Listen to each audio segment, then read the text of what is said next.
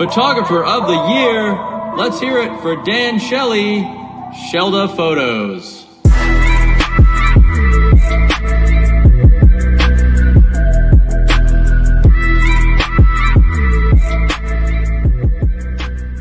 Hello, welcome back to another episode of the Shellda Podcast, where today I've got one of the absolute legends of the game and owner of USXBL and WCPPL, Mike Hinman. How are you, my man?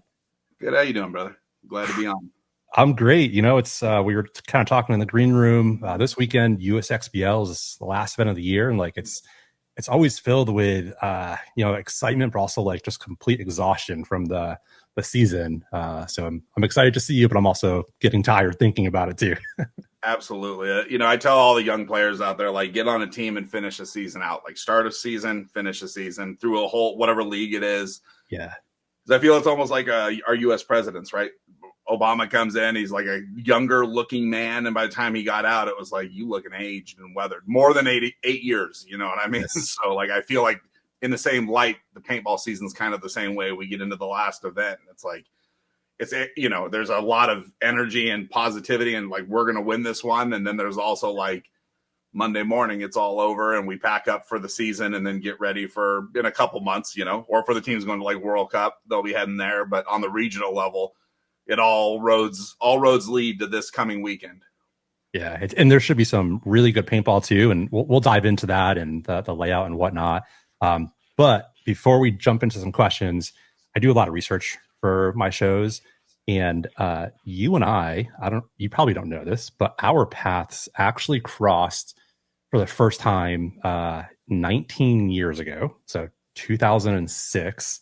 I found a picture of this, and so we'll see if you can recall it. So 19 years ago in May, you played an event with Dynasty in Connecticut at Mohegan Sun in the Smart Parts event that aired on ESPN.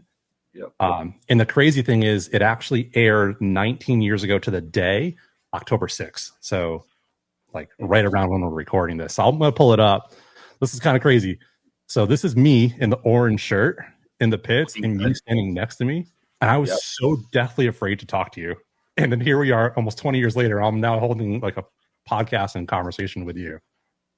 That's crazy. That's I think a lot of people are afraid to talk to me, right? But I think in the moment, anybody that talks to me realizes the persona you see in the clips that are like diced up to make great content aren't really who I am 99.9% of the time. Like I think it's funny too, like guys that come and play on teams that I coach, by the time they're done with it, the one takeaway is like, I care about everybody. You know what I mean? Like I'm with everybody. Like I'm a super passionate dude. So I'm pretty sure those are the clips that get caught, but there's never the backstory of how we get to that passion arising to that point. You know what I mean? But that was a pretty cool event. I have so many random stories from that event. Like it was kind of crazy being under the bowels of the Mohegan Sun, right? Like the back stuff. And me, like I was raised by, a 50s dad, like hippie dude. And there was a poster there, not that I would steal something, but it was Fleetwood Mac.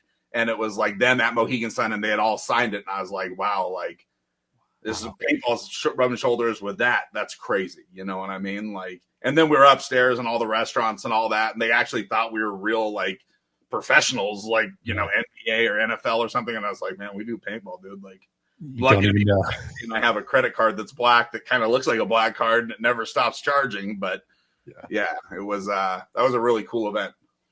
Yeah, that was a wild weekend. That's kind of where my media journey started, because I was just, I think I was a freshman in high school maybe, and I was just a huge paintball fan and obviously a big Dynasty fan at the time. And one of my local guys I knew, he was writing for a local newspaper, and actually he was a photographer for it. And he was like, hey, I can get you access to the event if you'll write a newspaper article. I had never written a newspaper article. So I said, yeah, absolutely, I'll do it. And then I did like a whole write-up of that whole entire event about you guys. So it's crazy how like things work out, You got to make sure you send that over to me so I can read it. I'll see if I can find it. I don't know if it's still online, but I'll definitely do some digging to see if I can find it, because it was probably so bad my writing as a freshman. But it'd be cool to see where you started to where you are now. You know what I mean? Yeah, we all got to start somewhere. That's the paintball story, right? Exactly. Yeah, exactly. And speaking of that story, recently you had a pretty incredible weekend at the Lone Star event, taking Collision all the way up. What was it like being on the pro field again, with the team? Okay, before Mike answers this question, I just want to give a huge shout out to some partners that have been with me on this podcast journey. First and foremost, I've got to give it to Hormesis. Obviously, you see I'm rocking one of my favorite shirts. I can't get enough of these shirts. But recently, they put out the next edition of the Great American Paintball magazine. And if you haven't seen it yet, you have to go pick this up. There are articles in here from all different types of players throughout the world. There's different media members in here. There's something from Will Ball for Soup in here, which is pretty spicy. And there's also an article that I wrote in here as well. So definitely grab the latest edition of Great American Paintball magazine from Hormesis. And then secondly, a huge shout out to bfpgear.com. Junior and Gina Brown have been absolutely crushing the game. And if you haven't been following them on Instagram, I highly recommend it because they keep posting some pretty cool product shots of new things that they're coming out with. And also, some of you may not know, they actually have a YouTube channel where they've been doing some gear reviews lately. So definitely check out bfpgear.com on YouTube and also on Instagram. And then last but not least, Pro DNA.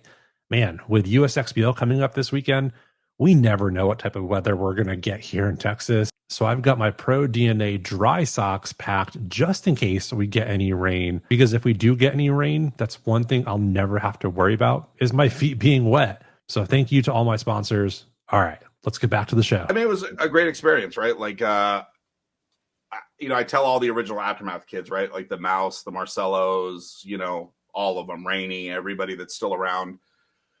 We all didn't realize how great that group of youth was until we're now I'm in my 40s and they're in their later 30s or whatever age they are. We didn't realize how, and a lot of teams don't, right? You don't like Dynasty, all those Dynasty incarnations of greatness that we had. Yeah. You just don't have time to really put it in focus until you're past it, right? Till it's a thing of the past, right? And so for me now, being where I'm at, like with the Collision guys and helping this team and this group of men succeed and reach their goals, it's tough, right? Like paintball is one of those games that I feel like the blueprint's been laid out for everybody. We all know, like, there's so many Dynasty videos and Russian Legion and Fit. Like, we understand what they're doing to be as great as they are.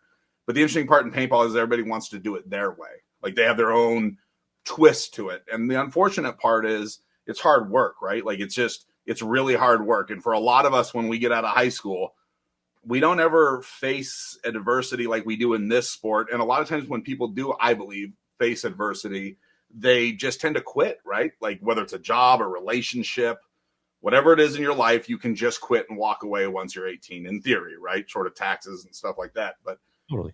In paintball, everybody wants to do it their way. And I think that's where you see the Mike Hinman clips of me being like super passionate about something or like getting on my guys about something. Because don't get me wrong, talent can win, and paintball's such a unique sport that everybody gets to shoot Oliver or Ryan Greenspan, right? Like everybody gets to shoot him, and that's their claim to fame. But to do it at a tournament, to do it consistently, to be able to win more points than you lose, which is what we have to do in this format that we're playing, it comes down to hard work and just, having 2 ears and 1 mouth and probably listening twice as much as you talk. So getting a group of guys together, starting a season, and I always say it on these new groups of men, it's like teams, right? Like with these men, I'm like, there's going to be faces that aren't going to be here by the end of the year.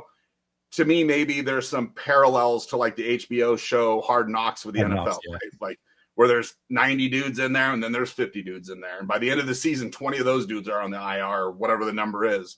Yeah. So for us, it's been a cool journey, a lot of friends, a lot of paintball personalities, right? Like keeping it as PG-13 as possible. Like great group of guys that you want to go have dinner with off the field. But again, Mark Meterman comes over, a crazy path for him to get to where he's at. But, a bunch of West Coast, Southern California kids listening to a guy from Jersey, from the East, like it's paintball, right? It's all these different personality types coming together to make it. So it was cool, anytime you get a hold of a new team, no matter what division you are, you're looking at a 2 to 3 year process, right? Like I kind of did a light write up on like Fit. Fit gets the AC Dallas spot. They get relegated. That team was a really good team. Like for a team that got relegated, we'll look at who they are now. It was a really good team. But then they go back to semi-pro. Tauntauns beat them out by a point or whatever. Now they got to do semi-pro again. Then they go in and just crush everybody. So, it's a crazy path to get to where we are, and it's going to take time. There's going to be losses before you get to the wins. So for us to be able to do it in 4 events was kind of cool. But like I said to all the guys once it was done, it's like, man, we're not even at 10% of our capabilities and where you have to be. And if you're playing in the semi-pro division or in any division and your ultimate goal is to be a pro team, one thing I know for a fact is that step into the pro division is the largest step. And a lot of teams can't really make the step, right? Like they think they can, they think they're ready for it. But man, it's an all-star game every weekend, name your team, X Factor, even teams, the lower teams. It's getting deeper now. You take leverage. A lot of those dudes would make a lot of the current semi-pro teams winning capable teams in semi-pro. So whoever it is out there that, a lot of people out there don't know these people individually and don't understand the story, but even your bottom teams that are looking at relegation this year, there's talent there, right? Yeah. Like NRG Elites had a rough year. Evan Manners that was released from the team goes to semi-pro. All of a sudden Nasty's up there in the top 4 because they have this one guy that was on a team that's looking at relegation. I'm not saying they are, but I'm just saying that shows you the level of talent at that level. And it's humbling, man. For me, the pro field's not as big of a deal because I mean this in all honesty, I'd rather be coaching dudes down on the D4 field that I'm friends with. Like once you've been there, it's not as big of a deal as somebody that's never been there. Right. Sure. So for me, that wasn't really it. It was more just looking at each other and believing in the brotherhood and executing the plan. And, for us, it wasn't like one guy played great. It was everybody had good points all throughout the tournament to get us to that. Because even you look at like Fitz wins, right? I'm sure there's a point here or they're coming back from being down where guys, individuals step up and have those big points and it's a team win. So for us, it was a team win. It was that part of it was cool. But then, it's like the second Sunday night's over and Monday morning we wake up, like there's in my mind, there's 0% focus on the win. It's now 100% focus on let's get back to the field. 72 hours later, Ben Challenger's out there doing drills on Wednesday night at our field and, kind of trying to keep the good that happened from the tournament relevant and also focusing on what didn't go. Even though you won, there's still plenty of issues you need to fix and going forward with it, right? And a lot of teams, once you win a tournament, I think a lot of people exhale, right? They kind of And it's like I tell everybody now, I'm like, we could go to World Cup. A team could go 1-3 as long as the win is versus us. They're probably going to Disneyland. Same with if you get to beat Fit or you get to beat whoever the winners are in the pro division. If you beat that team one time, that's your claim to fame. People are okay not making Sunday as long as they beat the best team out there. Well, that was BR is the best team pound for pound in semi-pro right now, right? Like consistency throughout the whole year. Those guys have been very consistent. So I hope we are now in a place that as we get ready for next year through World Cup and through the offseason training that we do, that we're in a better place at event 1 like BR was this year as they came into event 1, if that makes sense. Yeah, it totally does. And it was cool to like watch you, because obviously I've watched you from afar, right? As a fan, as you as a player throughout your career, and then seeing you now as, running 2 leagues and then also the coaching side of it, like being on the media side, I observe a lot. Right. And so it was cool to see how you reacted in that moment, because literally the second that match was over, you turned right over. I'm actually going to pull up another picture. You turned almost right towards me and looked right at your guys and gave everybody this huge bear hug. And like you pulled everybody in and like you started to like talk to them about like, hey, this is incredible. Enjoy it. And I think you said something like, but we're going back to work. I don't remember exactly what you said, but it was something like that. Absolutely. I'm proud of all the guys, right? Because it's tough to be the bigger brother. Like as a coach on a lot of these teams, you're the bigger brother, right? Like you're the older brother. You don't want to use the term dad or parent, but like you're the authority figure. There's also a mutual respect. Like I've learned after 30 years of doing this, if there's guys on your team or people on your team that are cancerous human beings, you have to get rid of them.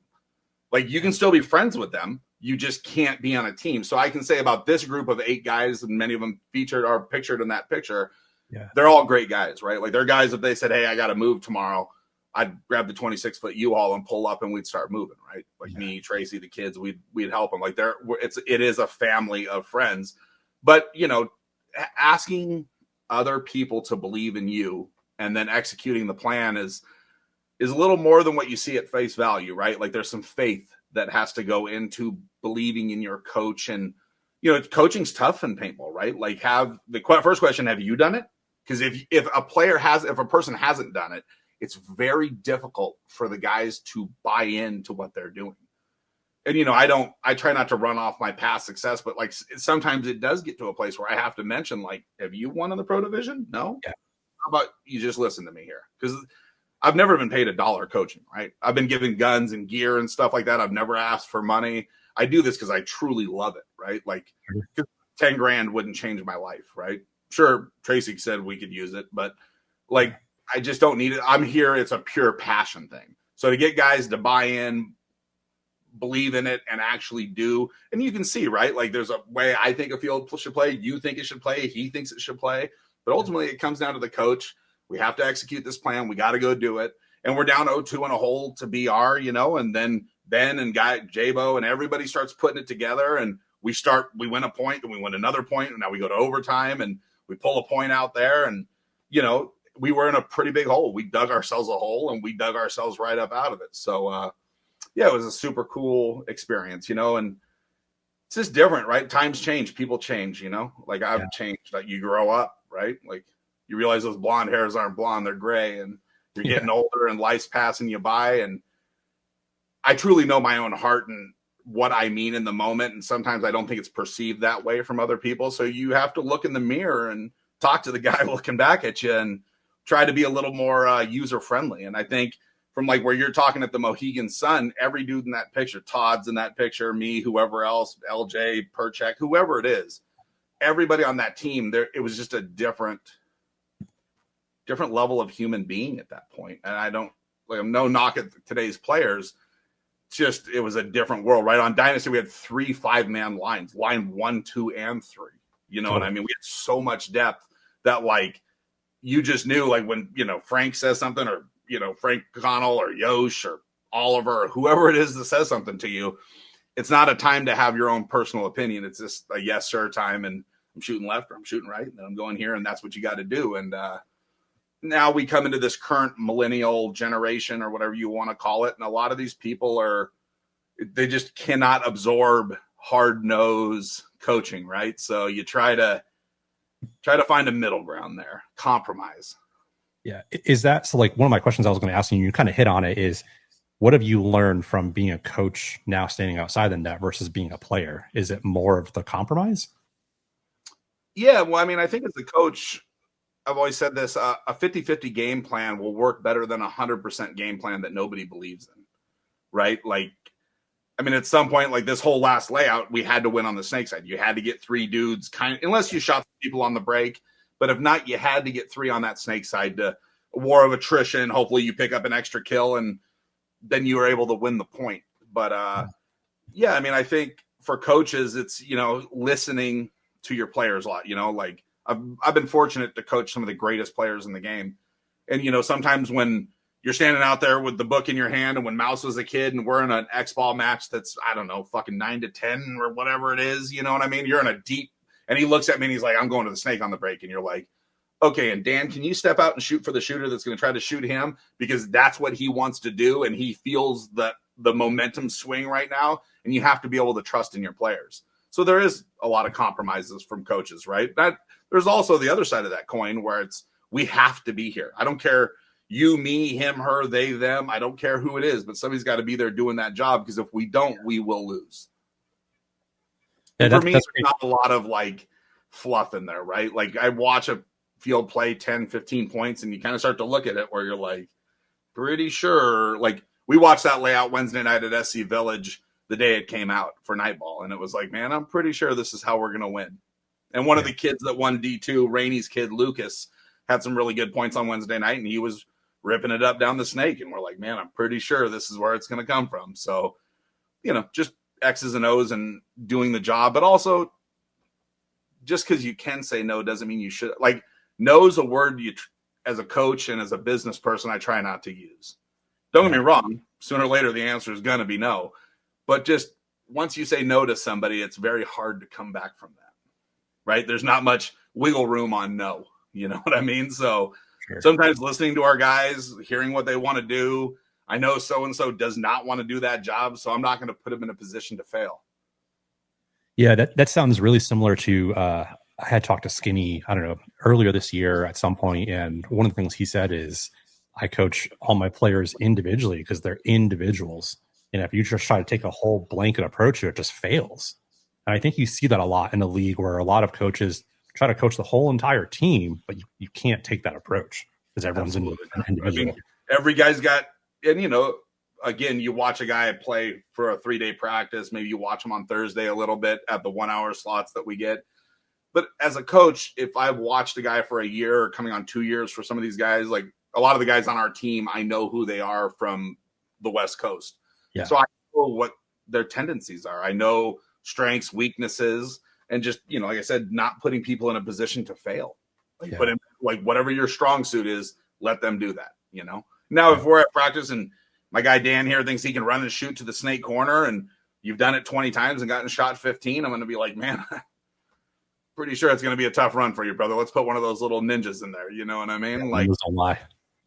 But yeah, no, it's times have changed, you know, like also the fields, the whole sport is changing. And that's part of our industry that we have, right? Is Tom and Trozen right now are the guys at the head of it. And, you know, every year or two, there's some incremental change that we do that, you know, throws it off a little bit, right? Like everybody's like, we have too many bunkers. We should take some away. Well, if we do take some away, we're going to have slower layouts because there's just going to be bigger gaps that you have to hold, right? And I don't know if I know the top pro teams would do well in that, but I think it's a little more exciting to watch guys run through and get 2 or 3 kills, right? Especially for you guys as media guys. You know, if I go bunker one guy and I bunker him and get my head blown off in the process, it's just not as cool as Archie coming through and getting a 2 or a 3 piece, right? Like, yeah. And that's really game-changing moves. A body for a body isn't always game-changing, right? But currently I call it the tripwire. Everything under that brick, under that, you know, big wing, everything underneath that is where guys get low. And, you know, as a back guy, you might see somebody go through and you just can't see them anymore because they're blocked out by too many bunkers. So, yeah, we talk about that a lot in the media space lately is like, you know, this day and age, we have more media than what we ever have had. But then if we go back 10, 15 years ago, obviously we didn't have a lot of media, but we're still talking about those moves from years ago. Yeah, absolutely. You know, we could have players making these epic moves now and we're not talking about it because they're one kill. You know, it's a trade. Yeah, it's not quite as epic, right? Yeah. But I think also the talent level is caught up, right?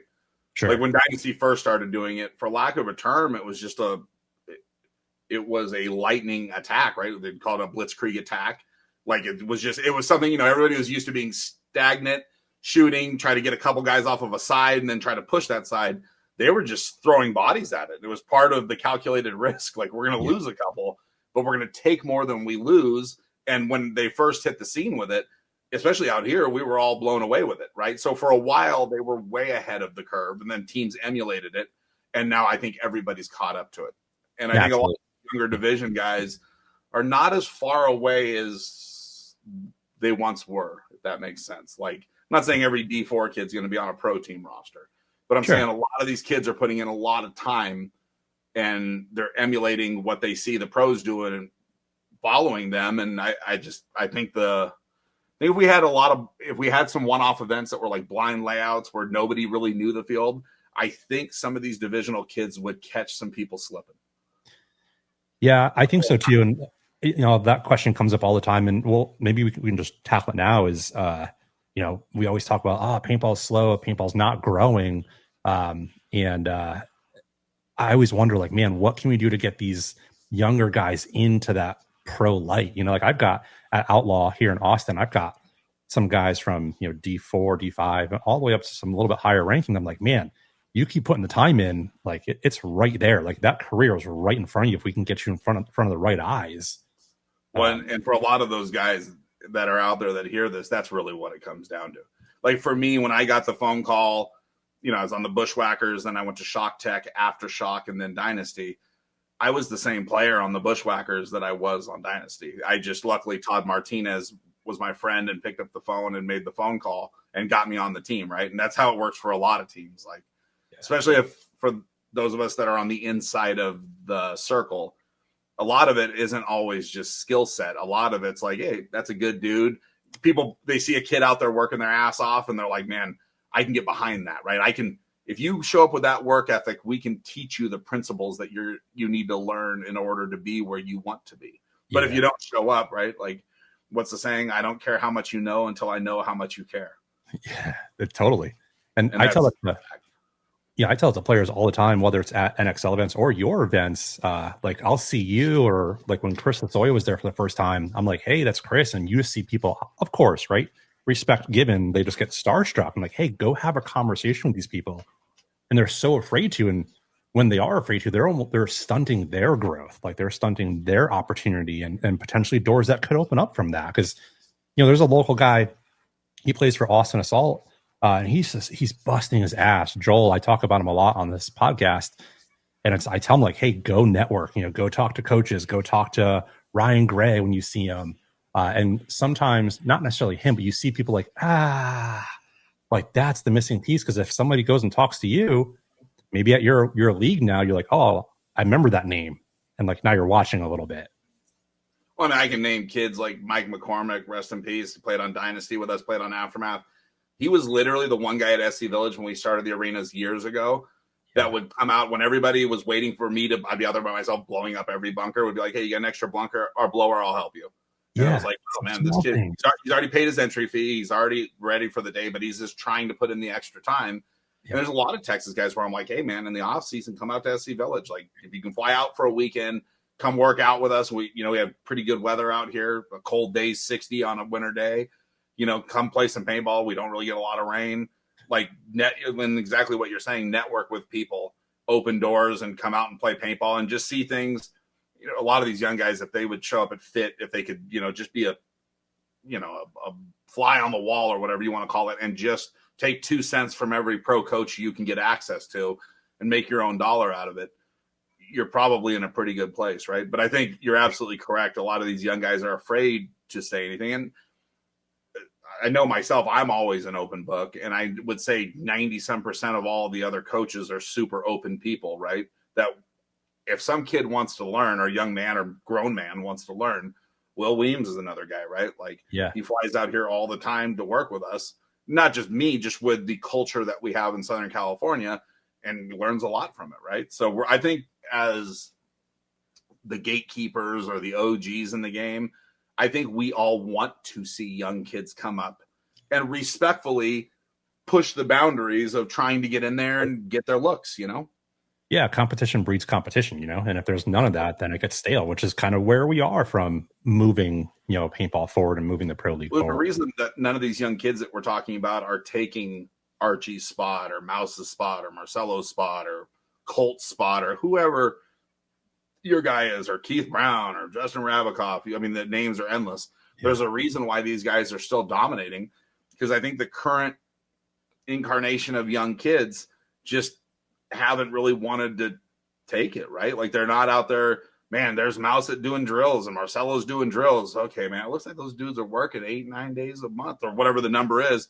I got to figure out how to be more than that. Not just with that, I have to exceed that.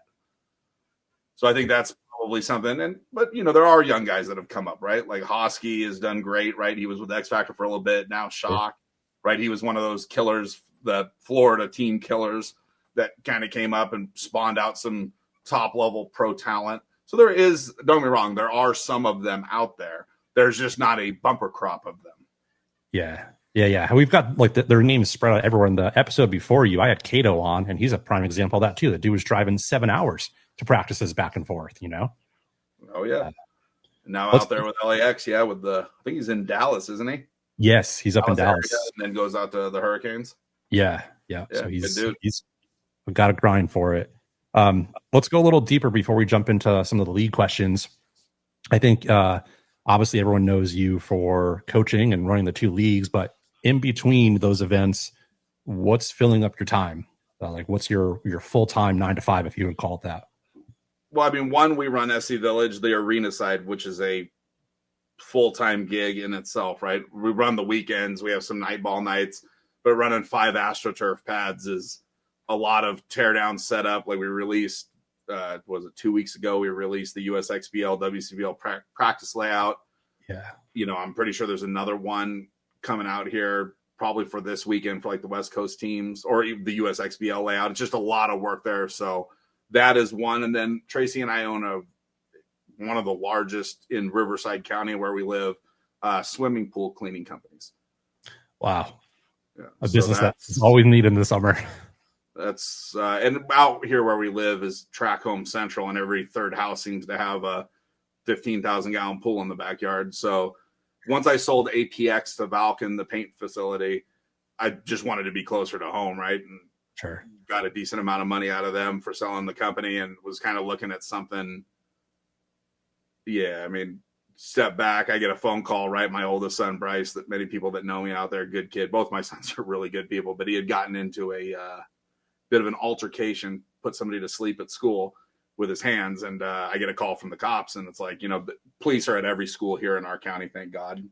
And he's like, you know, your son's been in an altercation, everything's okay, but I need you to get here. And it's like, I pull my phone out, and it's like, I'm an hour and 45 minutes away. Best I can do. Like, his mom's not available. So with that, once APX told us, like, what could I do that is local to my house so I don't have to be super far away all the time? Yeah. Just, God forbid, being a single dad at the time that I needed, I can be closer to my kids. So that's where we are now. And Tracy spearheads the whole thing. And you always see Tracy with 2 phones. She's got like her regular phone with her Tupac and all the West Coast like tapes on the back of it. And then there's a purple one. The purple phone's the pool business.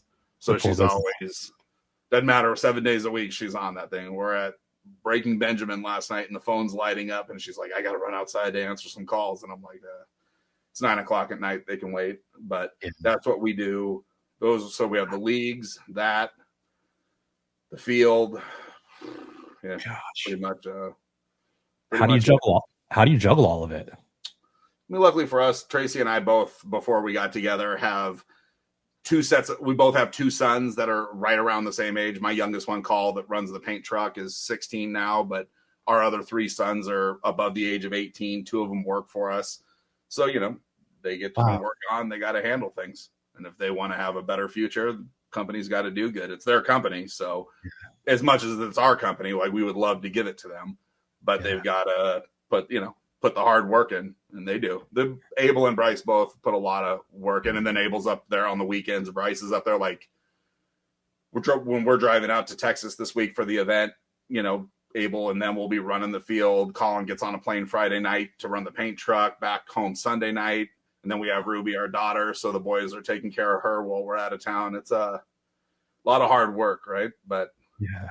Wow. I didn't realize you were like a true paintball family where like everybody's involved in running some aspect of it. They don't get much of a say in it. Like, they don't, it's your time to work, right? Like, they don't get days off. Like, if we need help, they have to help. But also, to be totally fair, our kids, we don't have to ask. We never have to ask twice. Like, they're right there handling it with us. Like, Colin knows that, you know, he's on a plane Friday night to Texas and then flies by himself there and home. And luckily he's driving now, so his car will be parked in the parking lot, and 16 years old, drive himself home and go to school on Monday. So, wow.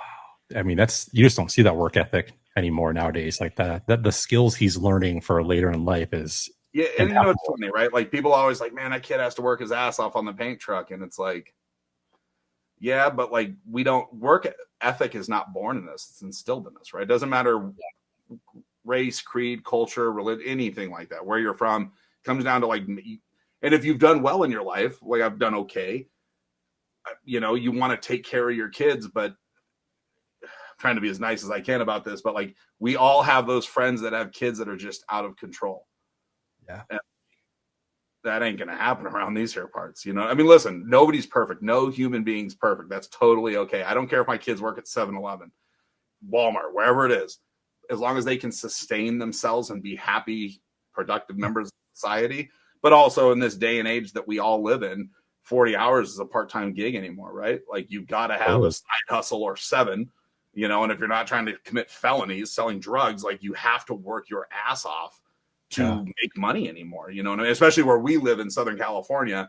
My house is worth $1 million and it's just a track home. You know what I mean? It's not like it's a baller house or it's not on cribs by any means, you know what I mean? So it is what it is. But then, you know, Colin turned 16, we bought him a car, right? Like our kids are well taken care of, but yeah, absolutely. They have to work extremely hard. And I'm proud of that. I always say this, right? As a dad, I think someday maybe I'll be laying there and the beep's going to be getting lower and lower. And then it goes flatline and it's time to check out. And if you do have those 7 minutes or however much time they say you have, you got to imagine you're going to be wondering, are my kids going to be okay without me? And if the answer as any parent, man or woman, is my kids will not be able to handle it without me, then it's probably time to start changing some stuff now before we get to that place. Because inevitably it comes for all of us. So, you know, without getting too deep into it, absolutely. If you could teach your kids anything, from my point of view, it's a work ethic, because it doesn't matter how much money's in your bank. If you're willing to work hard in this country, the dream is still alive, right? Like if you're willing to outwork everybody, you're good to go. So yeah, that's what the Fam Bam does. That's incredible. And, you know, happiness is subjective, right? Like happiness to you could be different to me, but as long as you have the tools to find that happiness, like maybe you are working at 7-Eleven. If you can make ends meet, maybe that's your level of happiness. But as long as you're like the pool business, right? It wasn't like, hey man, like my oldest son and Tracy's, you know, son that works for us, Abel, like none of them wanted to go to college. So it was like, that's totally okay too. There's a path for that too. It just comes with hard work. Sure. And you can go work for somebody else or you can work for yourself. But when that phone rings at 7:00 on Friday night, you probably got to go take care of it to get the account or whatever we got to do within reason, right? But that's any facet of industry. Everybody that's successful, you know, I tell Colin when we're up at 4 a.m. driving to the tournaments, you know, in the Friday morning, Saturday morning, I point at every car out there and I'm like, these are the real successful people. The ones up at 4 a.m. getting after it, not the dude that wakes up at 8 and shows up late at 9. Yeah, exactly. Yeah. They always say that, you know, the money is made early in the morning. That's fact. Yeah. Fact. You've said Tracy's name a few times, and I've had the pleasure, of course, like being on the media side, like I see her at events and whatnot. What does she mean to you? Because it's so cool to see her now as a business partner, obviously in the pool business, and now helping you run the leagues and whatnot. What does she mean to you? I mean, I don't know if any set of words could properly sum it up, but best friend, partner in crime, like, you know, they say behind every successful man is a successful woman, right? Behind our business is Tracy, period. You're right. Like, I think I have a lot of creative ideas because I've been doing this for so long, 30 years. And I think I always look at it from the team, the player's point of view, the coach's point of view, however all the different facets of it. But when it comes to the business, Tracy's like, even us getting USXBL, right? Like, we had talked with Rab a little bit about it, and we flew out there May of that year we got it. I remember. We were actually sitting on the plane, San Diego runway, about to jet off, and as it's, you know, the engines are roaring up and the rumbling's coming, Rab texts me and he's like, you know, not going to make it, but just go check it out, whatever. So we get to Texas and it's like, there's 22 teams at the event, right? Like, yeah. I looked at her like, and it was one of those like almost rhetorical questions. Like, is this really what you want to do? And she's like, yeah, we got to get it. And I'm like, you saw when we flew here over all that space, like that's going to be a lot of driving that we're going to have to, no, we'll go get a big truck, a trailer, like we'll handle it. All right. You know what I mean? And then this year we've ended up having to move 2 trucks and trailers because the one trailer was just so heavy. We had to move 2 of them. So now we drive separate trucks and trailers. We, you know, follow each other out there. But yeah, man, none of it would be possible without her, right? I'd probably be running the pool business myself and just be scraping by, right? But she's the driving force behind our business. There's no doubt about it, right? Like, it's period. And even we have more growth on the horizon, we believe, and make no mistake about it. Tracy's the one with her foot on the gas, pounding it through the floor. So I mean, she's my best friend, you know what I mean? Like, we don't there's never an argument in our relationship, right? It's more just like, we need to do this. How are we going to get there? And then there's always somebody to bring you back around where it's like, Mike, I think every league promoter wants to do a ton of stuff, but you have to stop and be like, man, it's expensive. You know what I mean? Like, running a paintball tournament isn't just the ref cost, the prize, and the field. There's just so many small, like I always say this, I don't even think you have a budget for a paintball league. You kind of have a framework of what it kind of should be. And then you get to the end of the event and she's going over all these random costs and you're like, we had to buy nails again. Did we leave them? Did the setup crew leave them at the last event? Or, scoreboards are breaking and she's ordered 4 more scoreboards, or we just put an order in for 8 fields for next year. Like, there's a lot to it. So I'm definitely probably the face of it, for lack of a better term, even though I try not to be. But she is absolutely the common sense driving force behind it, and also just makes it fun. Like, I don't listen. The first year we drove to Texas, it was kind of like, yeah, we're gonna go to Texas, right? All fired up. You're in the car that can't really do much else. Even if you want to do something else, you got to kind of just stay on the 10 and keep pushing along. Year 2, on the other hand, you're like, ugh, this is going to be like, it's not as much. The honeymoon phase wears off quick, right? Especially when you're driving 1,500 miles each direction. Yeah. But still just a ton of fun, like we find things to do, right? Whether it's our daughter buying sparkly cowboy boots of every which color in Dallas, or little things, or going and playing with capybaras in San Antonio, or whatever it is. Like, we always find something fun to do. So I guess we're kind of turning into like the paintball carny freak show family on the road. Yeah. But like, at the end of the day, you're taking adventures together, and you're taking something that could just turn into like a business and a grind, and you're finding these little moments of joy and happiness that turn out to be core memories for people. Absolutely.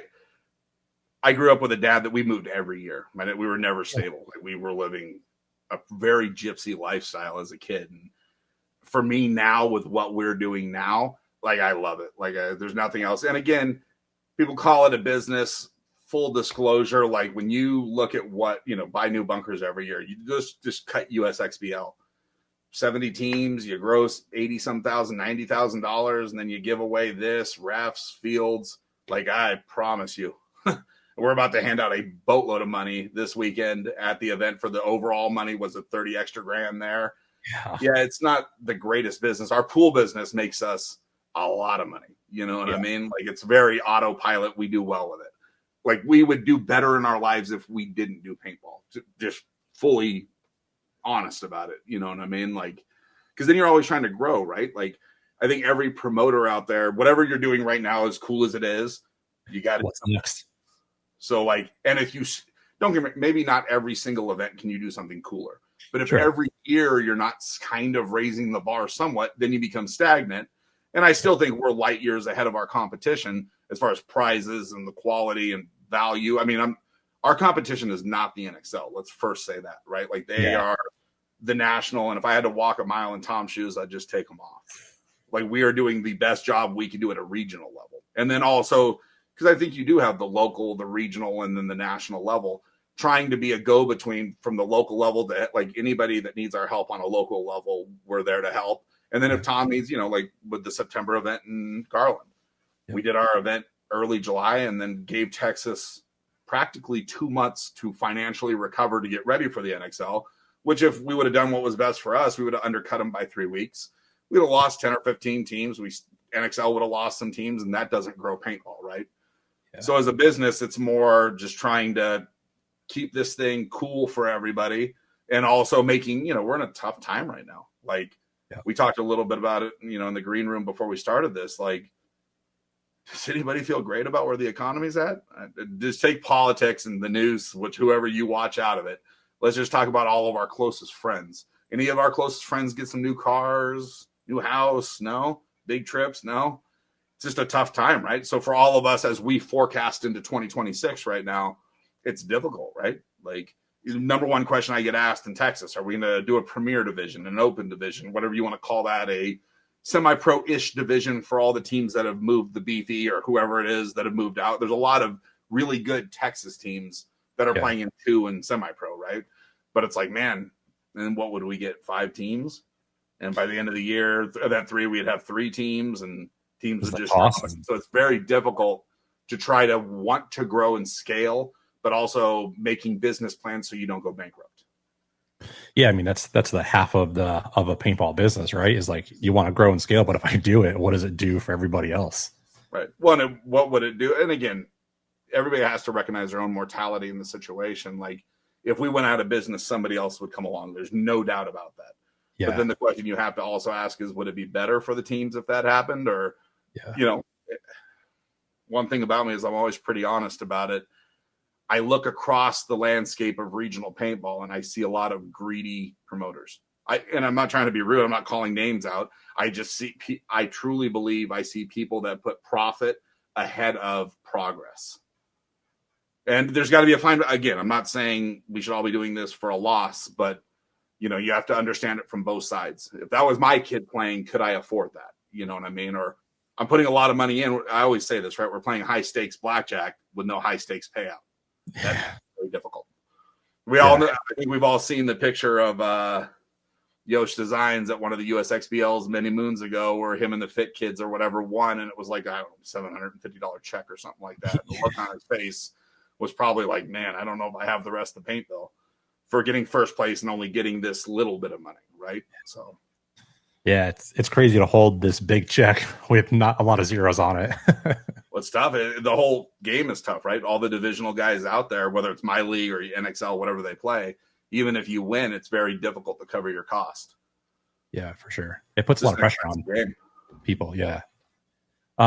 Going into the last event this weekend, is there anything that you're looking to change or implement that may not have been there for the first few events of the year? No, I really try not to change much during the year. We did change Division 5 from race to 3 to race to 4 at USXBL. Full credit for that was Jerry from Shut Up, We're Trying. There's always a time and a place, and Jerry and I have had some heated conversations. 1, Jerry's my friend. Let's start there. 2, and I respect Jerry. He said to me, he goes, the race to 3 is difficult. I get a bad call, or whatever. And legitimately, maybe it is a bad call. He's like, I lose that point, and if I have to start down a body, I only have one other point that I got to bring it all the way back. And it's like, yeah, man, you're right. Sometimes you hear something, and in the moment you're like, I cannot do anything about it mid-tournament. But here I am, 1,500 miles driving home, hitting loves every so often, and refueling the Batmobile, and you're just sitting there thinking about it, and you're like, man, I think Jerry's right. You know what I mean? So you put it to a vote to the teams, and majority say, hey, let's go race to 4. They get more paintball out of it. I'm totally okay with it. So besides that, I just don't see us changing much on the fly, right? Like, sure. I think for better or worse, any issues that arise throughout a season, don't get me wrong, if it's a rule issue, one we had last year that was a big one. We had 2 events that I believe Shut Up, We're Trying, not the D5 team, their D4 team, went 3-1, and I know one of them for sure was them. They got knocked out at 3-1, and you're like, man, we have to amend the rule book where I don't care who you are. If you win 3, lose 1, you're playing on the next round, Sunday, whatever you want to call that.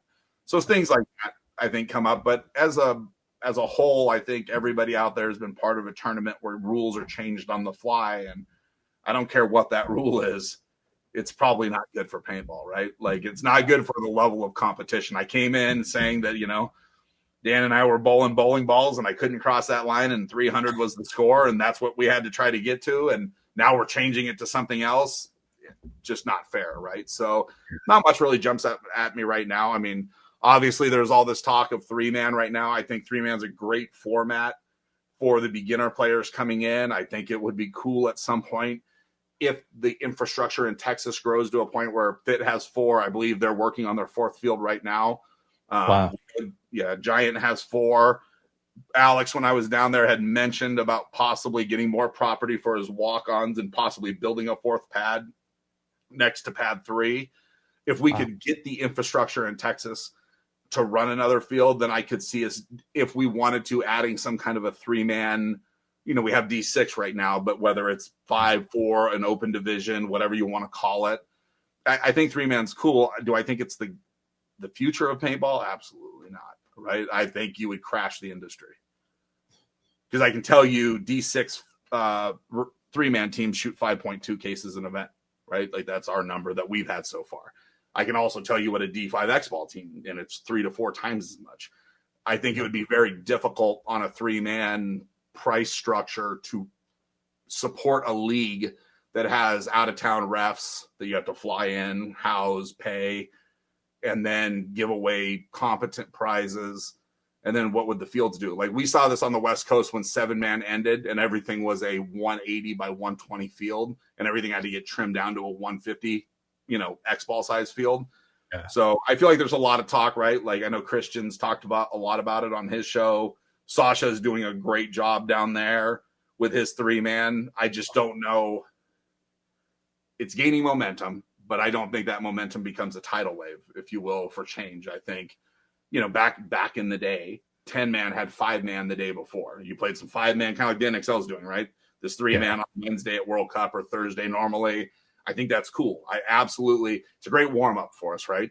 And you're going to see different winners in that in 3-man because there's no safeties on the field, right? It's just 3-man coming down the field on a full-size field. There's going to be some good gun battles that are won, I believe, right? But beyond that, I don't see a lot, right? I think the biggest factors regionally are entry fee and prizes, right?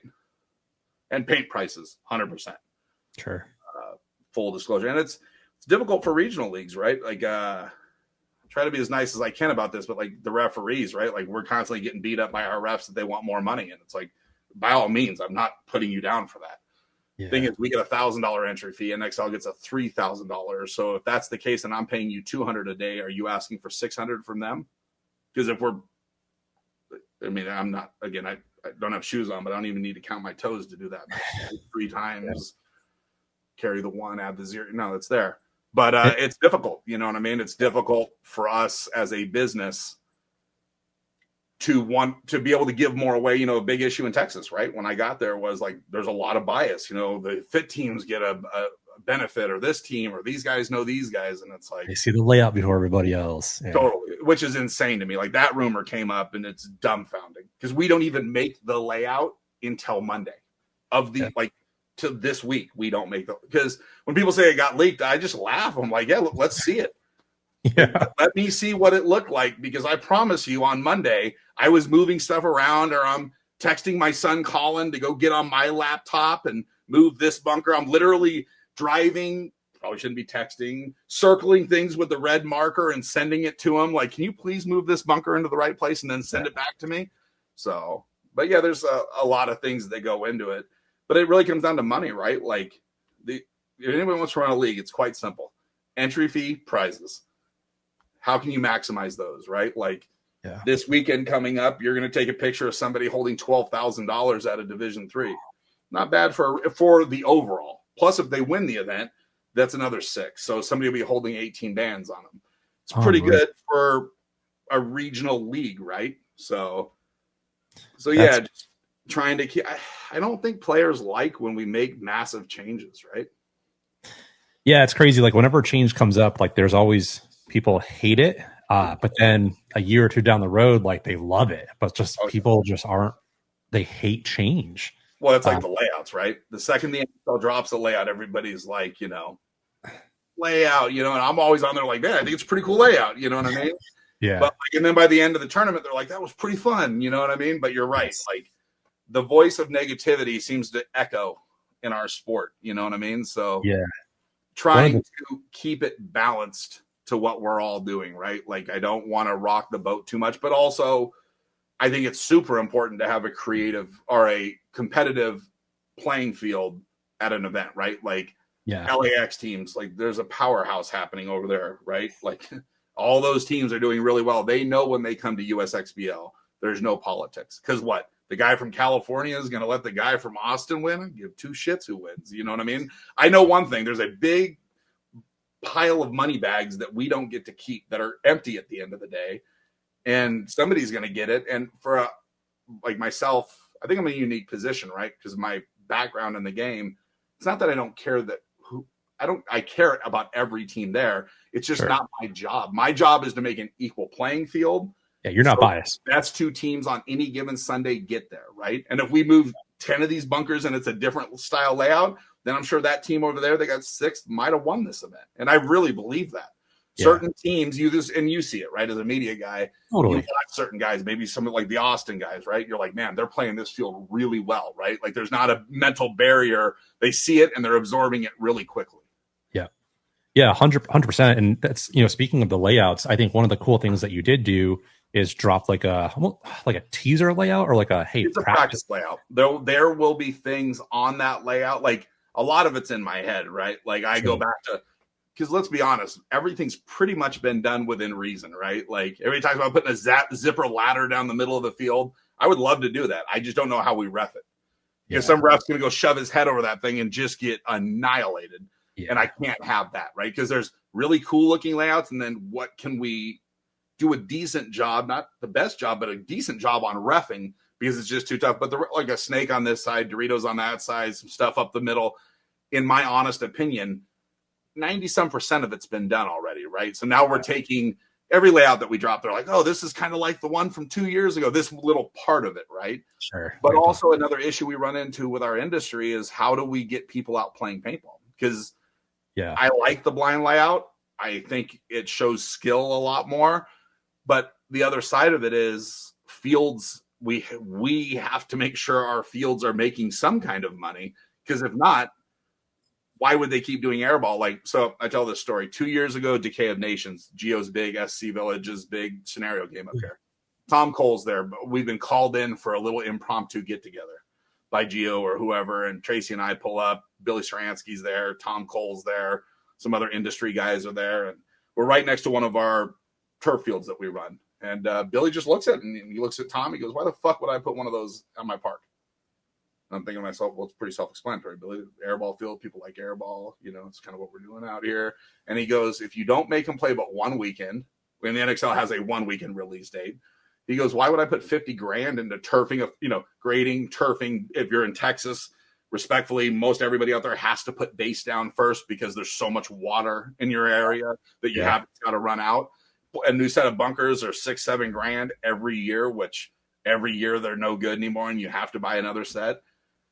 And when he said it like that, in the moment, again, you hear the new album from your favorite band, and you're like, yeah, it's okay. And then you kind of start thinking about it, grinding on it, and you're like, man, Billy had some good points. Lo and behold, a couple months later, I would take over SC Village. And again, we're busy. We're 150 people every Sunday, right? Like we stay pretty busy out there. I'm very blessed in that way because there's not a lot of fields out here. But, you stop and you look at it now from the field owner's point of view, and, let's talk, use fit, right? Or zone, really, Wasteland, all the great fields we have in Texas. Why would Wasteland go buy 3 new sets of bunkers in the next year, let's say, or 2? They have 2 fields right now, but let's say he adds a third one.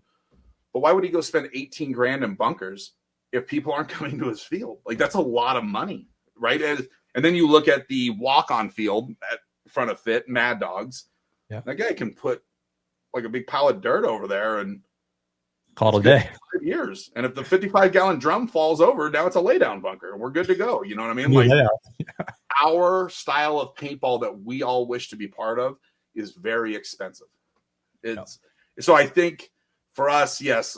And I think it would have been cool. And maybe next year we will with like Guns Up. We release the base layout, the practice layout. And then guys could log on yourself. You could log on, and if you've never seen their system, Guns Up system is a very simple system to use, where you could move some bunkers around and make your own layout. Because for me, sometimes I see layouts that are made, like Virgil and them up at Blast Camp have made some pretty cool layouts. A lot of people make really cool layouts. Let's put it like that. But you see them sometimes, you're like, man, if that was set up, that'd be kind of fun to play. And then we set them up at SC Village, and I tell Tracy, I'm like, I bet you a lot of people show up on Sunday, and then they're like, which layout is that one on? All 3 fields are set up like that? Cool, I want to go play that. So I think creating hype at some level to help propel our industry forward, because as we get into this bigger conversation of our industry and why it's not going well, I'm guilty. If we have a blind, guys don't have to practice, then, you just don't have as many people participating in paintball anymore. And that's probably why we are where we are right now in our industry and why it's suffering a little bit, my opinion. Yeah, I totally agree with you. And the cool thing about what you did with that like teaser layout, or like, hey, it's going to be close, is typically when that layout comes out, or when you dropped it, that weekend is where I've seen a lot of players take off because they're trying to buy time with family, right? But it was the opposite. Like there was a lot of players at Outlaw that were, I just heard all the murmurs of like, hey, like if the layout's going to be this, maybe like the event will actually be like this. Let's try to play it this way. And it created a lot of excitement for the event. And you saw a lot of players starting to strategize differently versus maybe that weekend wouldn't have as many teams show up. So I think it was such an incredible move by dropping that. Yeah, I mean, we have to do our part, right? Like I really don't see myself as ever being the guy like charging up to the top of the mountain first, right? Like I'll let Tom do all that. But as a regional guy, between the two leagues, and I'm sure with some growth next year, I think we will have close to as many players as the big league does, right? We're spread out over many time zones. Yeah. That's part of our job as a league is to help, and our sponsors, right? We have sponsors that give us like next year. I'm getting money. Paintball, the guy that does the guns, I believe it's Paintball is what he's called, has a booth at all of our events. He just paid for a set of bunkers for next year. So like I need to help all of our industry people, especially that help us get more people out playing paintball. So I think another issue in paintball is if, you take a break, take some months off, then it becomes 6 months, a year off, 5 years off. And they end up coming back because paintball by itself is just so much fun. But we have to give people a reason to want to come back, right? Exactly. And that's like we talked about in the green room. That's a big issue in our industry right now, right? Like the NFL's getting a hold of flag football right now, where the NFL is putting a ton of money into flag football right now to get kids out playing flag football. So we get them as fans of the game, playing high school, playing college, maybe they're the 1% that gets to play pro or whatever it is, but they're building their own fan base from the ground level up and they're taking control of it. And I think that's something that our industry probably has to sit down and do, right? Like, and it's probably my 2 cents probably comes on the consumable side, right? It's got to be probably the paint side. But what that would do, and the biggest issue our industry, I made paint, right? The biggest issue our industry has is you and I own a field. We do business with GI. So we call our sales reps, Greg Pauly, right? And it's like, man, but HK will do it for this, or Valcom, would have done it for this, and this guy will do it for that. So these fields end up beating the producers of paint, because trust me when I say this, it's $20 a case to make a good case of paint. That's without shipping. Like, that's not $20 with Mike making 10. That's $20 with Mike making nothing. I still have paychecks downstairs, Tracy can bring from APX that I could never cash because we didn't make enough money.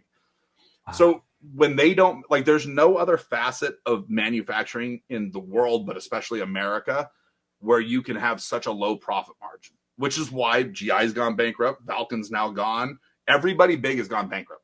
HK hasn't officially gone bankrupt, but who owned them, the machines before HK did, was in hot water through COVID, and HK poured money in to stop a BK from happening.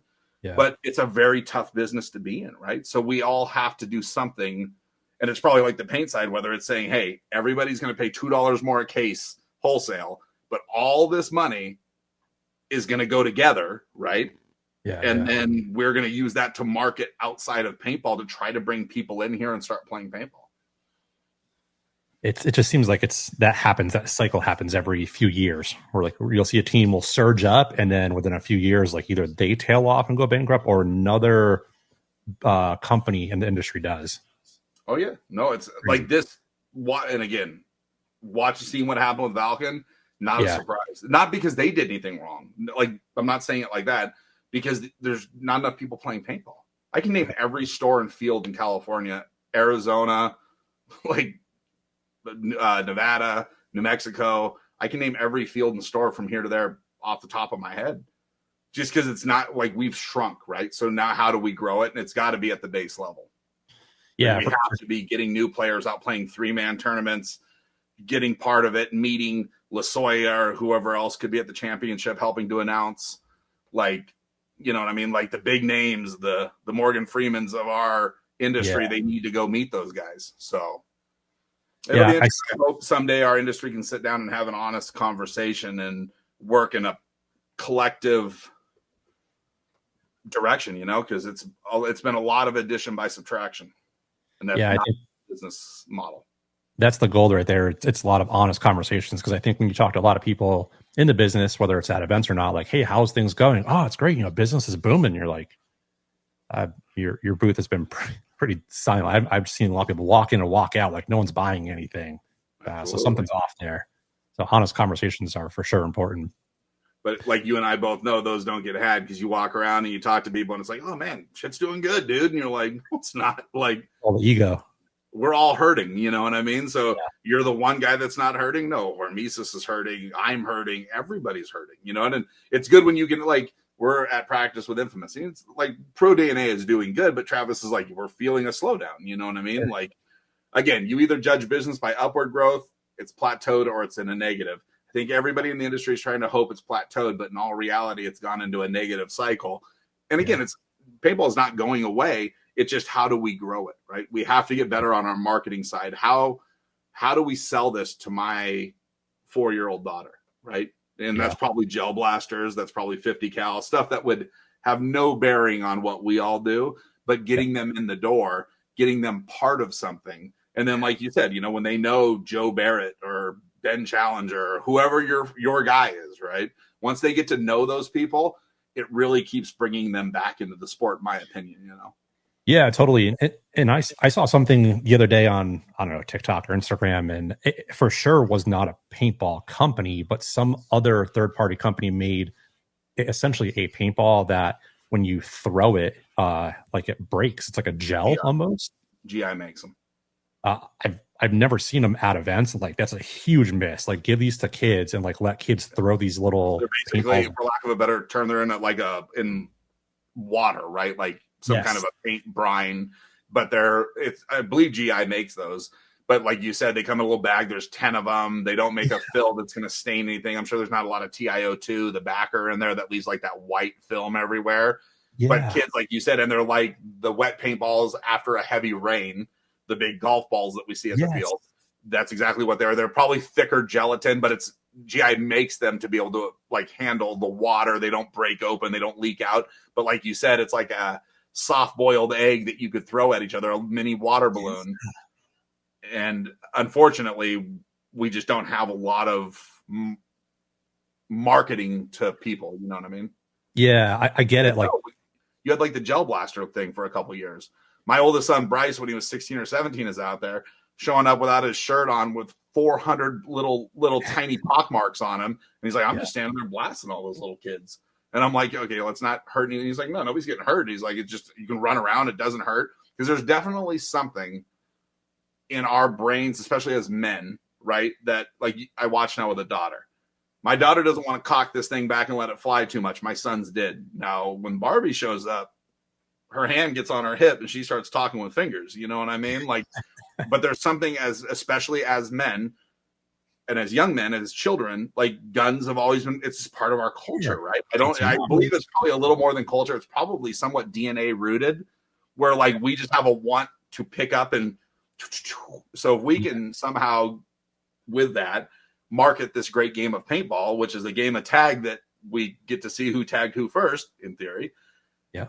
As long as there's refs on the field, then I think we can market it. But I just don't think there's a lot of like, hey, industry, let's all put $1 million together, and what can we do with that? Yeah, I totally agree.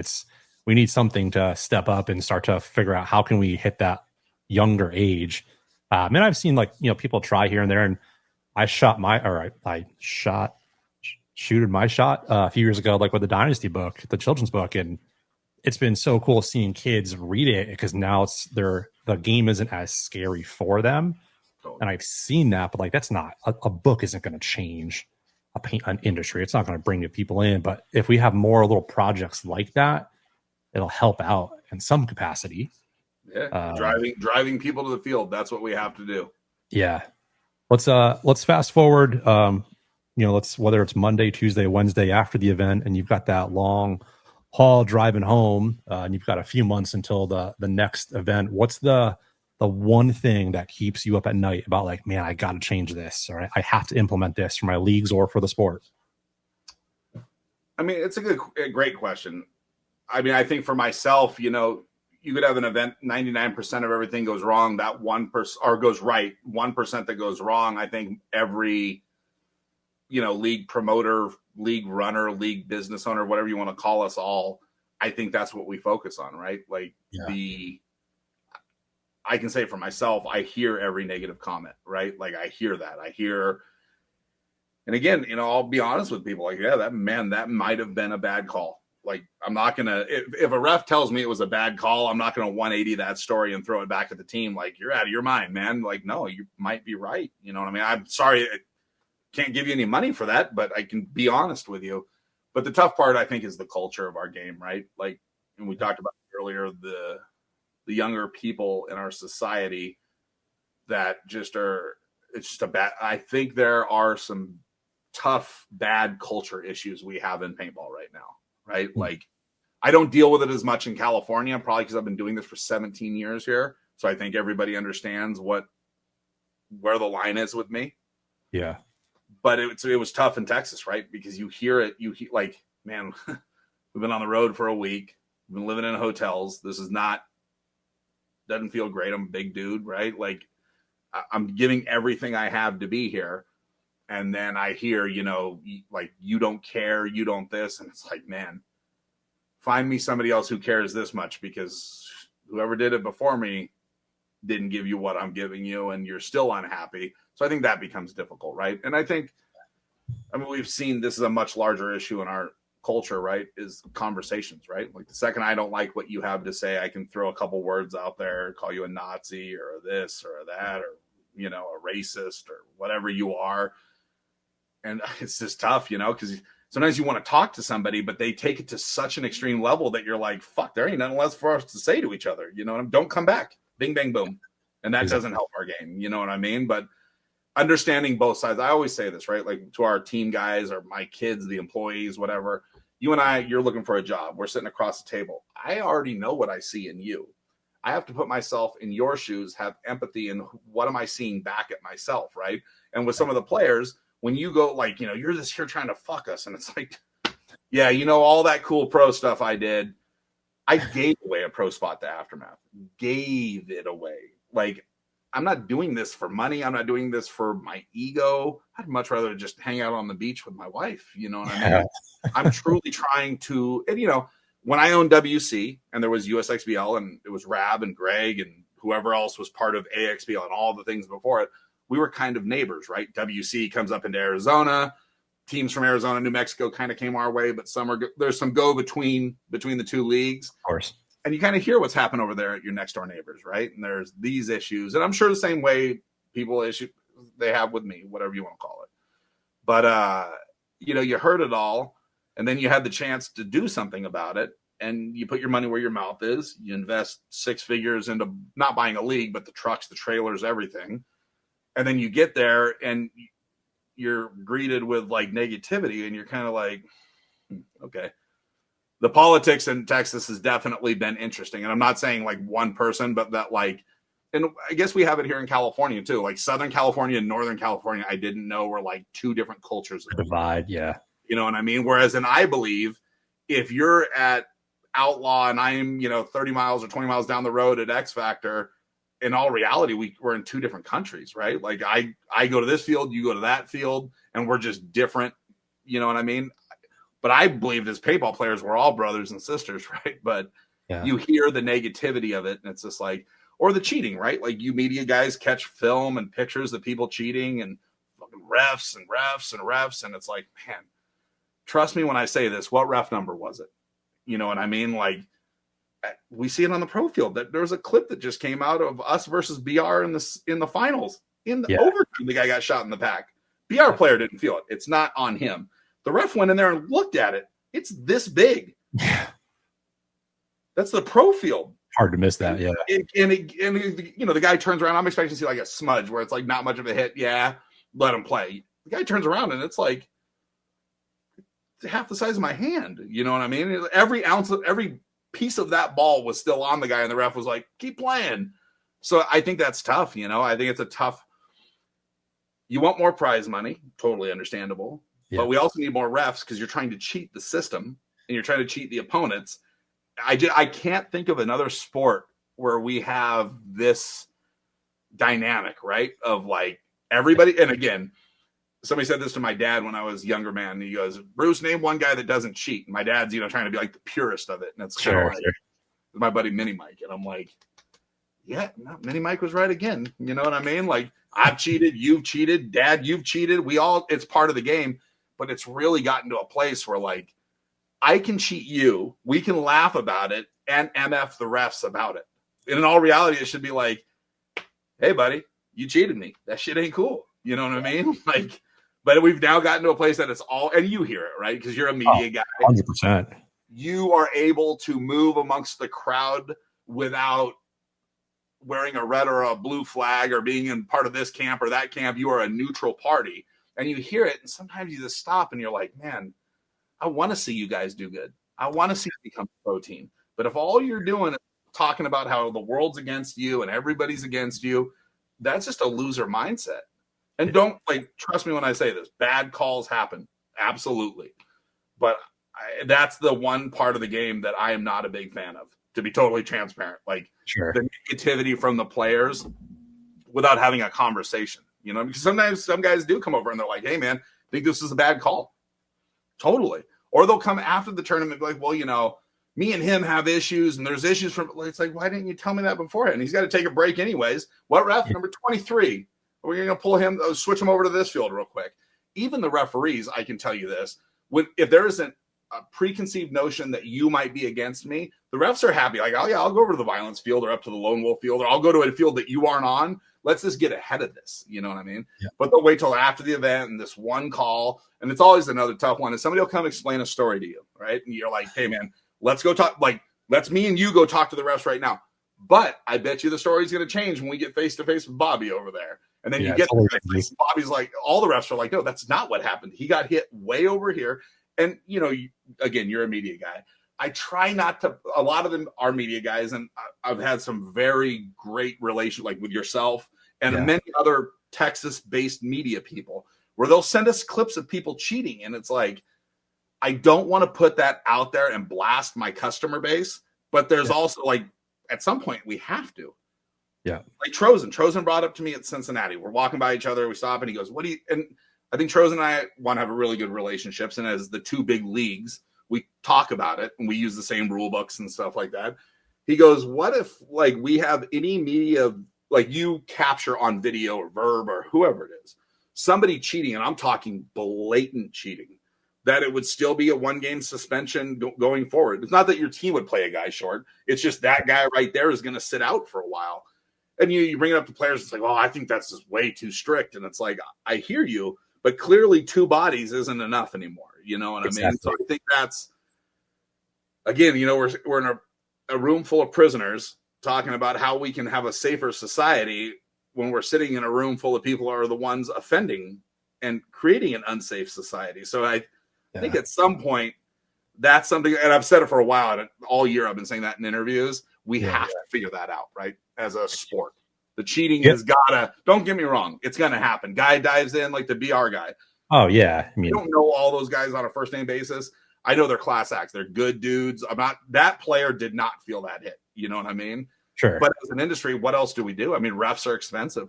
You have 10 guys on the field. We have 10 refs plus on every field. There's stuff when you see it from the post-production edit of it, you're like, good Lord, how did nobody see that? You know what I mean? But trust me when I say it happens. So that's the one thing. I want nothing more than a clean game. Like this coming weekend, I hope whoever makes that finals on, Elite 4, 5, D6, whoever that is, I hope it is a clean game, right? You really don't want to leave it up to the refs. And that's the same with, like, the fight game or whatever you call it, NFL, you don't want to leave it up to them. So that's probably the one thing. Thank you for going into detail of that, because especially at our level, right? Like refs, we don't have refs. What do we have? I had Matt Soma on a few months ago at this point, and like he talked about it. Like, man, I'm just getting yelled at all day from the fans of like, so he's getting shit. So if he's not showing up, then it just becomes harder for us to even have our game if the refs aren't going to be there. It's like, absolutely. Yeah. And I mean, the refs are, again, we start ref pay at $200 a day, plus flights, plus hotels, stuff like that. And even $200 a day, you're like, man, is it worth getting punished? And the pro guys are $300 a day or whatever they get up there. Yeah. But is it worth it to, for 3 days for $900 or whatever they get, $10.99, so they're going to pay taxes on that too, to just get told you are the biggest POS that there is? Like, fuck you. Like, at some point I'm out of here. And that's why I think we've seen a very high turnover rate, especially up on that pro field. It's just, there's a lot of pressure that comes with it. You know what I mean? And for myself, again, it's an interesting dynamic, right? Probably what's made me successful is that I am a coach. I understand the player side of it. And even I've had some tough calls this year, right? And I'm never going at the head ref like, you fucking, like, the stuff you hear people say, you're just like, man, I say some really dumb things sometimes, but like, you are both feet over the line going full retard. Like, you can't come back from that. Only go partial, you know what I mean? But like, when you question credibility, it's just like, man, I watch these guys. And the same refs that are making calls on guys at USXBL are making calls on my guys. And when they do, only thing I ask them is, hey, what was the penalty for? Oh, this guy got hit here. He had a hit here. Totally, man. Worst thing I'll ever say, that's a tough call. You know what I mean? That's like I think that's a bad call. It's a tough call. But I'm not going to question them, because would you want to go stand for 10, 12 hours a day? Brutal. Posted that picture in Texas. The refs need to make, was it Todd Boyer? Somebody did, where the refs' legs were just black and blue from this ref had to have had 60, 70 bruises on his legs from getting shot. Yeah. No thanks, man. I'm good. So I think that's the biggest issue. And I mean, I can say 17 years of doing this, that line item for referees has now grown to a point that it exceeds the prizes and the field fee. That's crazy. It is crazy. It is crazy. It's like, we get to the end of it and it's like, wow. Tracy shows me that. I mean, full disclosure, right? Like, we pay for your flights to come to USXBL. We pay for your hotel room. Like, and I have refs that are upset that there's 3 guys in a room, not 2 guys in a room. Yeah. And then they're mad at me. I actually had a referee.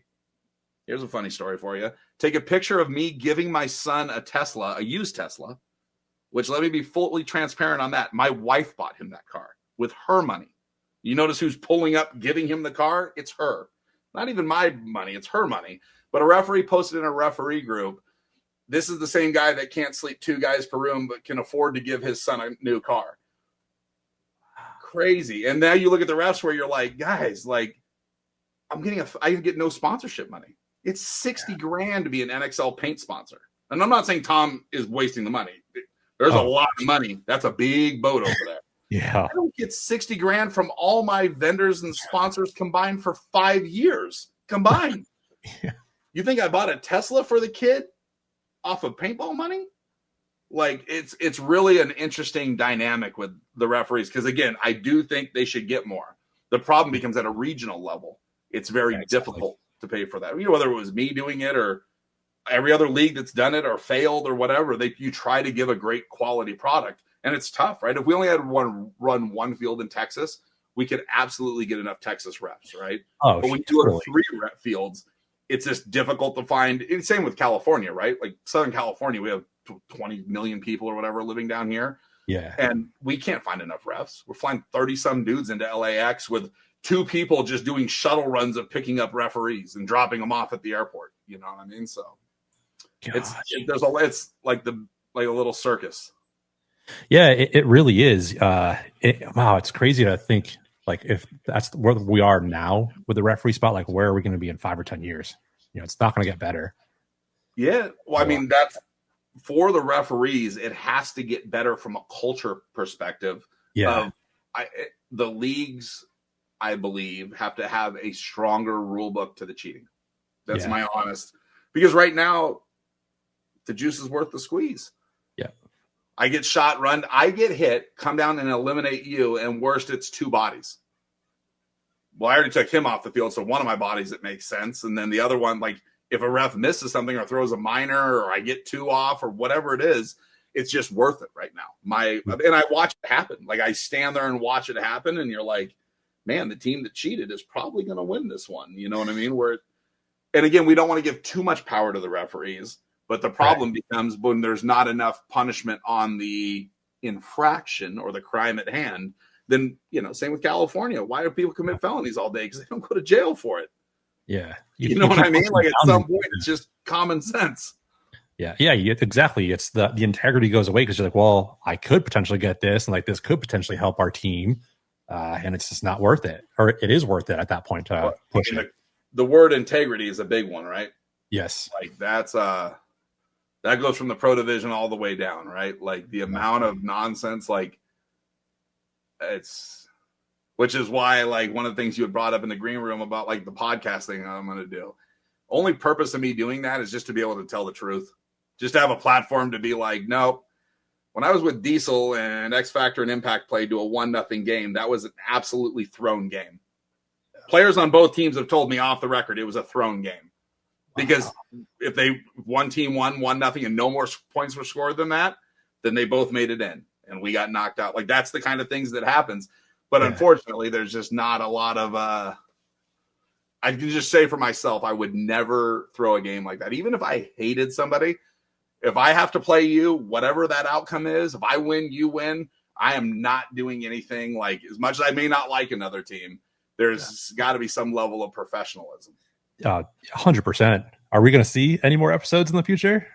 Absolutely. We've just been so busy with like the field and just never like once we added lights and went to night ball, it's been a nonstop situation for us. Plus summertime's busy with our pool business, NXL thing. Like we don't get many, we have no weekends off. Right. So I totally get it. I think once Cup's done and I have some time in the off season to really sit down and like wrap my head around it all. And, you know, I go super long with it. I don't want to be in every week, but every couple of weeks have an episode that's recorded, you know what I mean? Even if I'm on the road, we can get it out there and just have topics that need to be discussed, right? Like, we were talking about it in the green room, like our industry is paintball.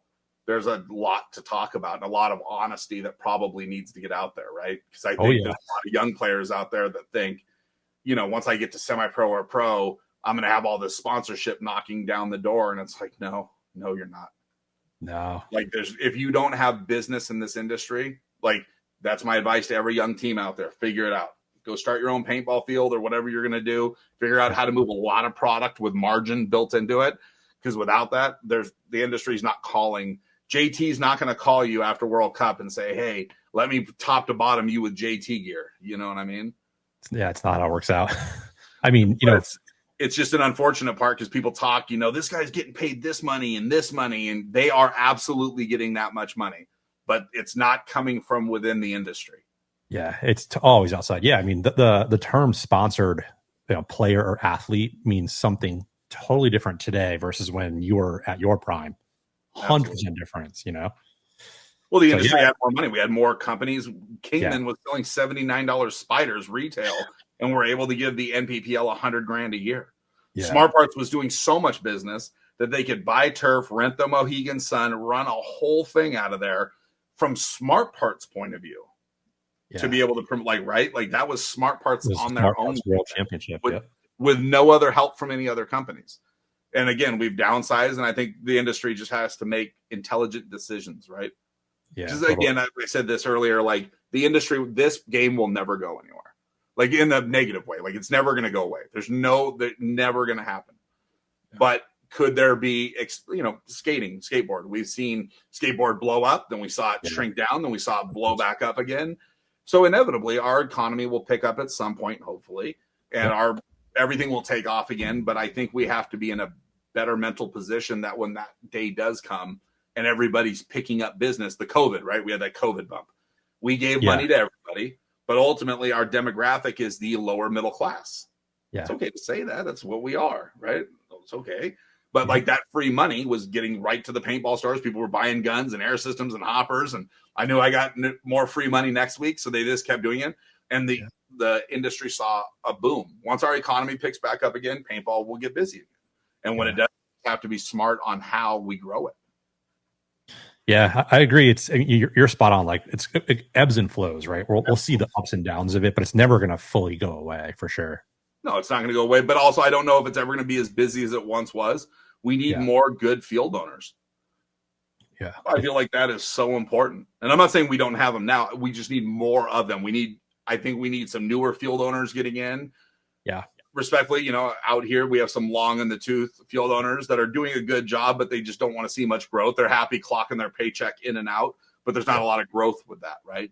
We need new people coming in, pushing boundaries. How do we get the YMCA groups in? How do we get the, you know, trail club, Boy Scouts, whatever it is, our demographic out to our field? Yeah, it's doing the extra stuff. And that's actually something I put a lot of pressure on my home field outlaw. Just a lot of opportunities there. And I sent them a very strongly worded email a few weeks ago. And I think they realized like, oh shit, there's something that we're off here. And it's been cool. Like they took it and they've been receptive to it. And we're seeing some small changes. And so I just think you're spot on. We need to have the field owners really own their business and see the opportunity in front of them, because sometimes they don't. Absolutely. And you gotta, you know, roll with the times. You know, you hear field owners out there that don't like 50 cal, 50 cal, like the one that doesn't hurt the kid when it hits them. Because how many times have we all been sitting on a flight? Where are you going? And now these days I say like a family reunion or something, because you say paintball and some old lady's like, my grandson got shot and the welt was this big sticking off his neck. Why would we not want to give a 10-year-old kid a gun that's not going to hurt him? Exactly. Right? Because even as a dad, I wouldn't want my kids out playing at 10, because you catch one hard ball off the head and give them a concussion, kid is never coming back. 50 cal, on the other hand, gel blasters, right? Like, and there's a lot of margin in there. It's just interesting.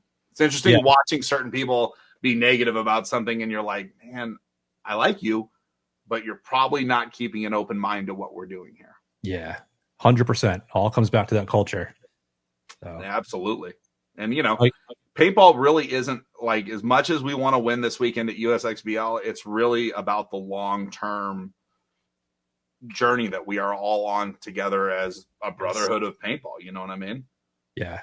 Yeah, spot on. I mean, it's the same thing with this podcast. Like it's a lot of cool now things, but I'm trying to bring people on to get the stories out, because that's the stuff, a part of it that we need. We need the stories. Well, I think the behind the not on the field story, the outside of the field, is so important, right? Like we've lightly started doing it with the collision thing. We've got a couple episodes of like us at the tournament, and we're obviously looking at each one like, okay, we need more player interviews. But I tell Brian Polito, which is our social media guy and the third member of our 3-man band that we have here with Tracy and I, that like that off the field content is probably more valuable than the on the field content.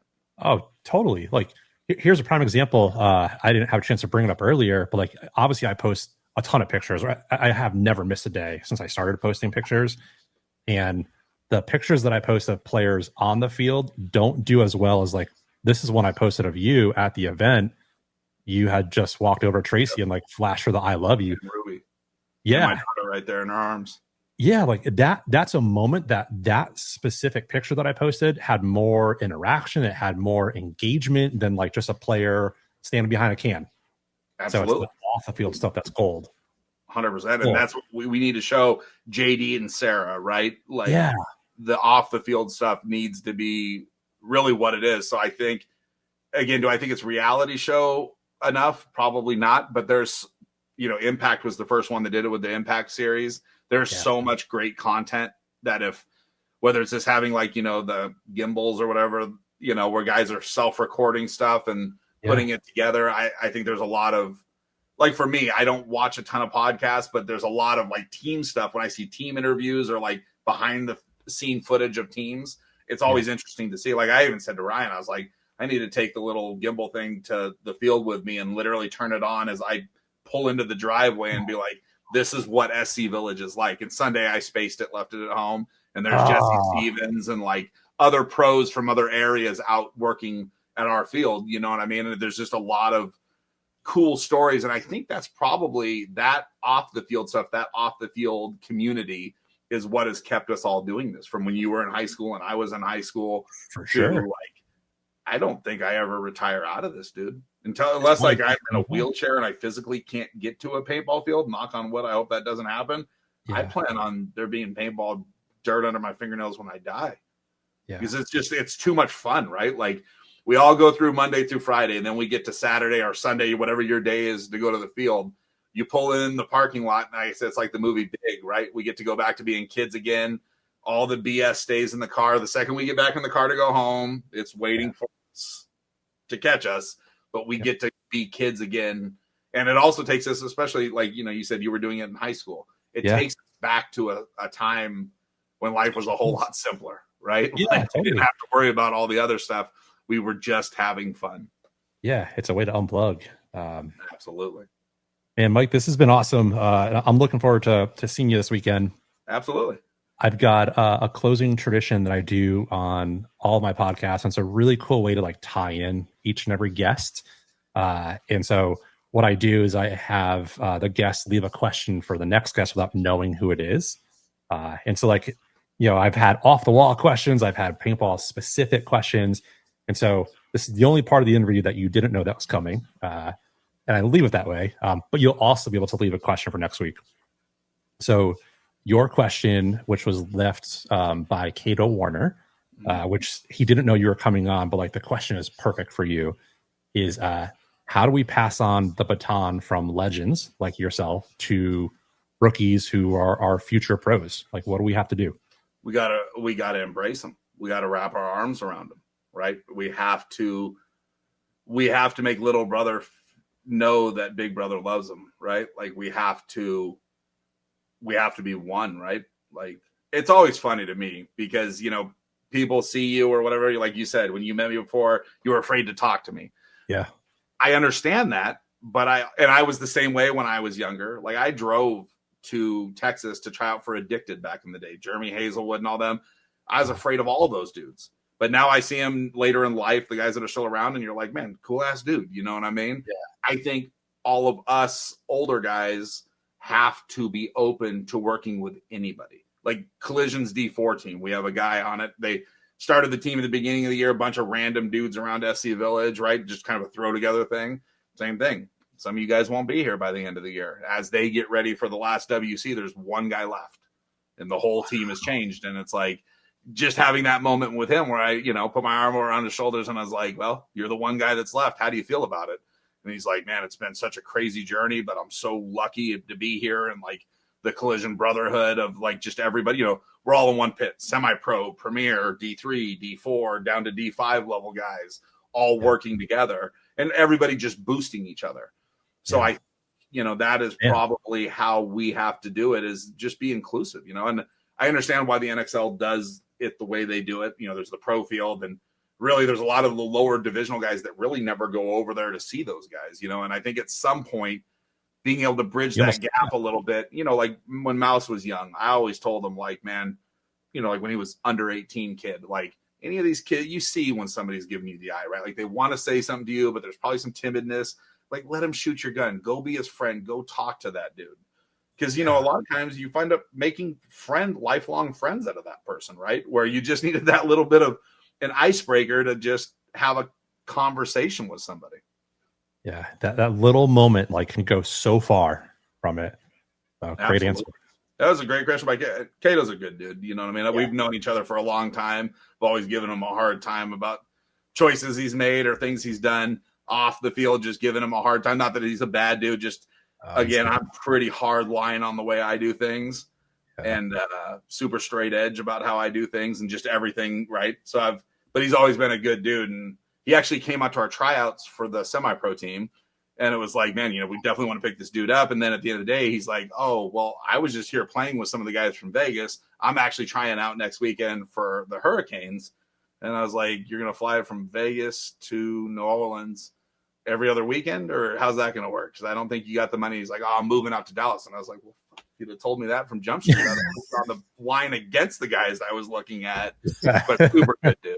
Great. Yeah, and what's really cool to see for him is like his journey of like, he played with the Ironman for a little bit, dropped out, went to, he's always been with the Brawlers camp, Vegas Brawlers, and then worked his way back up and then got on the Hurricanes. And I haven't watched a ton of his games, but I always see him and he's just a genuine, great human being.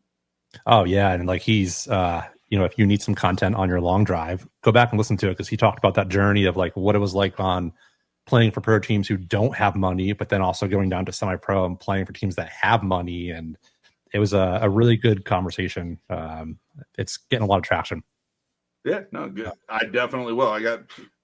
Got about 20 some hours coming up here. It's a lot of podcasts. Yeah, can't wait. Well, pressure's off for you, man. You get to leave a question for next week's guest without knowing who it is. Let's go with the simple one. How do you grow paintball? Yeah, I love it. Something we just talked about. And I can't wait to hear whoever's next and how they think they're going to grow it.